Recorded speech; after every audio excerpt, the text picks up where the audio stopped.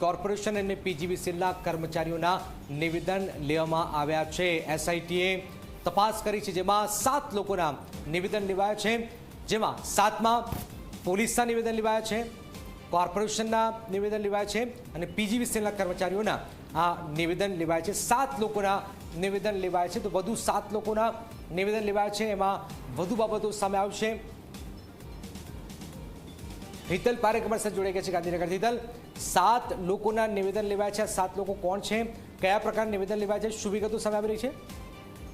જી જનક, ચોક્કસ એવું કહી શકાય કે આજે પણ એસઆઈટી દ્વારા નિવેદન લેવાની કામગીરી કરવામાં આવી હતી અને ક્યાંક ને ક્યાંક જોવા જઈએ તો રાજકોટ આ ઘટના સાથે જોડાયેલા જે ફાયર વિભાગ છે, પીજીવીસીએલ છે, કોર્પોરેશન છે અને પોલીસ તંત્ર, આમાંથી 7 લોકોને બોલાવવામાં આવ્યા હતા। તબક્કાવાર જેમ જેમ પૂછપરછ ચાલી રહી છે એમાં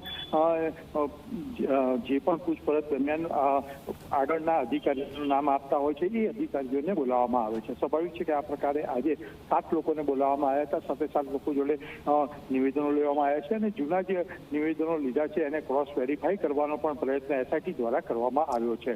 ચોક્કસ એવું કહી શકાય કે હવે માત્ર ગણતરીના દિવસો એસઆઈટીની જે પહેલી મુદત છે એ 10 દિવસમાં રિપોર્ટ સોંપવાની એ આગામી શનિવારના રોજ પૂરી થઈ રહી છે અને ક્યાંક ને ક્યાંક જોવા જઈએ એની પહેલા તપાસનો દોર પણ ખૂબ ઝડપથી વધારી દેવામાં આવ્યો છે। એટલે જનક એટલું કહી શકાય કે જે પ્રકારે નિવેદનો અને પુરાવાઓ એસઆઈટી સામે આવે છે એના આધારે વધારે અધિકારીઓને હજુ પણ બોલાવશે।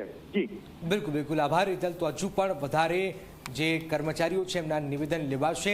આજે 7 કર્મચારીઓ જે પોલીસ, કોર્પોરેશન અને પીજીવીસીએલના એમના નિવેદન લેવાયા છે।